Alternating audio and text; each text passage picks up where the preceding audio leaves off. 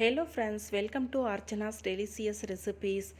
நம்ம வீடியோவில் இன்றைக்கி என்ன பார்க்க போகிறோன்னா, ஒரு அட்டகாசமான பன்னீர் பட்டர் மசாலா எப்படி செய்யலான்றதை பார்க்கலாம். இந்த பன்னீர் பட்டர் மசாலா செய்கிறதுக்கு பார்த்திங்கன்னா 20 நிமிஷம் இருந்தால் போதும். ரொம்பவே சீக்கிரமாக செஞ்சு முடிச்சிடலாம்.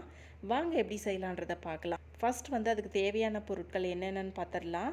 ஒரு கப் அளவு சின்ன வெங்காயத்தை உரித்து எடுத்து வச்சுருக்கோம். கூடவே அதாவது மீடியம் சைஸில் உள்ள 3 தக்காளியை இது போல் வாஷ் பண்ணிவிட்டு கட் பண்ணி எடுத்து வச்சுருக்கோம். கூடவே 1 டீஸ்பூன் அளவு சோம்பு, 10 பல் பூண்டு உளிக்காமல் எடுத்து வச்சுருக்கோம். இஞ்சி ஒரு துண்டு பெரிய இஞ்சியை எடுத்து சின்ன சின்னதாக கட் பண்ணி எடுத்து வச்சுருக்கோம். கூடவே 1 டீஸ்பூன் அளவு மிளகு, 1 டீஸ்பூன் அளவு சீரகம், ஒரு சின்னதாக ஒரு பட்டை, 4 கிராம்பு, காரத்துக்கு தேவையான அளவு பச்சை மிளகாய், கலருக்காக காஷ்மீரி சில்லி, அதாவது தக்காளியில் மேலே உள்ள தோலை மட்டும் இது போல் ஸ்கொயராக கட் பண்ணி எடுத்து வச்சுருக்கோம். கூடவே கேப்சிகத்தையும் வெங்காயத்தையும் அதே போல் சின்ன சின்னதாக ஸ்கொயராக நம்ம கட் பண்ணி எடுத்து வச்சுருக்கோம். பன்னீர் பார்த்திங்கன்னா 400 கிராம் அளவு நம்ம எடுத்திருக்கோம். நீங்கள் 200 கிராம் அளவு பன்னீர் சமைக்கிறீங்கன்னா இப்போ நான் எடுத்துருக்கிற அளவுகளில் பாதி அளவு எடுத்துக்கோங்க, கரெக்டாக வரும். இப்போ நம்ம ஒரு பாத்திரத்தில் தண்ணி எடுத்துக்கலாம். அதில் நம்ம வச்சுருக்கிற பொருள் எல்லாத்தையுமே வேக வச்சு எடுத்துக்கணும். அதுக்கு ஃபஸ்ட்டு தக்காளி சேர்த்துக்கலாம். கூடவே நம்ம உரித்து எடுத்து வச்சுருந்த வெங்காயத்தை சேர்த்துக்கலாம். கூடவே நம்ம எடுத்து வச்சுருந்த இஞ்சி பூண்டு இது ரெண்டையும் சேர்த்துக்கலாம். கூடவே 1 டீஸ்பூன் அளவு சோம்பு, 1 டீஸ்பூன் அளவு மிளகு, 1 டீஸ்பூன் அளவு சீரகம் இது எல்லாத்தையும் சேர்த்ததுக்கப்புறம் நம்ம எடுத்து வச்சுருந்த பட்டை கிராம்பு சேர்த்துக்கலாம். லாஸ்ட்டாக பார்த்திங்கன்னா நம்ம வச்சுருந்த காஷ்மீரி சில்லி, பச்சை மிளகாய் இது ரெண்டையும் சேர்த்துக்கலாம். இப்போ நம்ம வச்சுருந்த பொருள் எல்லாமே சேர்த்ததுக்கப்புறமா இதை 5லேருந்து 7 நிமிஷம் போல் ஹை ஃப்ளேமில் வச்சு நல்லா கொதிக்க விட்டு எடுத்துக்கோங்க. இந்த தக்காளி, சின்ன வெங்காயம் எல்லாமே நல்லாவே வெந்து வந்துடணும். இப்போ நம்ம தண்ணியை வடிச்சிட்டு இந்த பொருட்களை மட்டும் மிக்ஸி ஜாரில் சேர்த்துக்கலாம். சேர்த்துட்டு நல்லா நைஸாக இது போல் அரைச்சி எடுத்துகிட்டு வந்துடுங்க. அதாவது இந்த கிரேவிக்கு பார்த்திங்கன்னா ரொம்பவே நைஸாக இருக்கணும், அப்போ தான் டேஸ்ட் நல்லாயிருக்கும். தேவைப்பட்டால் இதில் நீங்கள் கேஷ்யூ கூட ஆட் பண்ணிக்கலாம், டேஸ்ட் இன்னும் ரொம்பவே நல்லாயிருக்கும். இப்போ நம்ம பன்னீர் பட்டர் மசாலா செய்ய ஆரம்பிச்சிடலாம். அதுக்கு ஒரு கடாயை சூடுபடுத்திட்டு அந்த கடாயில் 25 கிராம் போல் பட்டர் சேர்த்துக்கலாம். பட்டர் நல்லா உருகி வந்த உடனே கூடவே கொஞ்சமாக எண்ணெய் சேர்த்துக்கலாம்.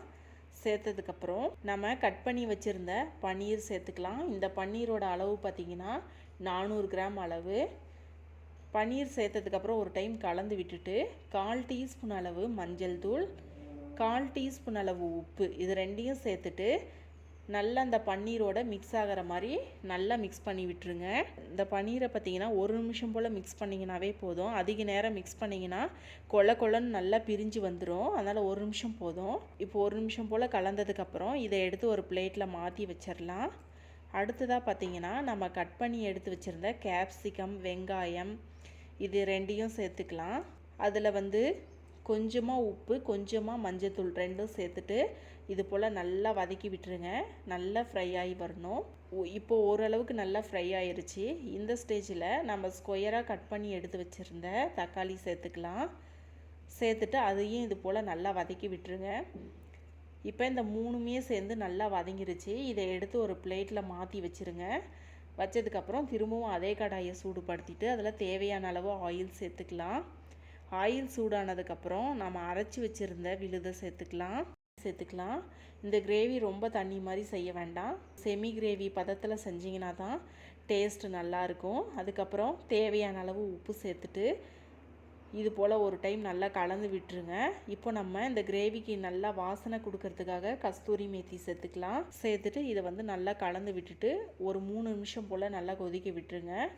இப்போ நம்ம ஃப்ரை பண்ணி எடுத்து வச்சுருந்த பன்னீர் சேர்த்துக்கலாம். கூடவே கேப்சிகம், வெங்காயம், தக்காளி இது 3ஐயும் ஃப்ரை பண்ணி வச்சுருந்தோம் இல்லையா, அதை சேர்த்துக்கலாம்.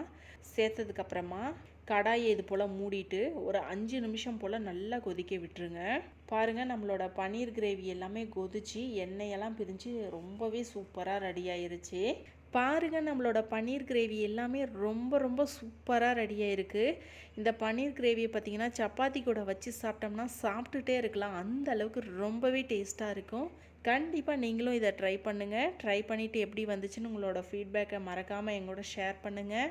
ஸ்டவ்வில் சமைக்கும்போது கொஞ்சம் லவ்வோடு சமைச்சோம்னா சுமாரான சமையலும் ரொம்பவே சூப்பராக வரும். என்னுடைய வீடியோ பிடிச்சிருந்தா மறக்காமல் லைக் பண்ணுங்கள், சப்ஸ்கிரைப் பண்ணுங்கள், ஷேர் பண்ணுங்கள்.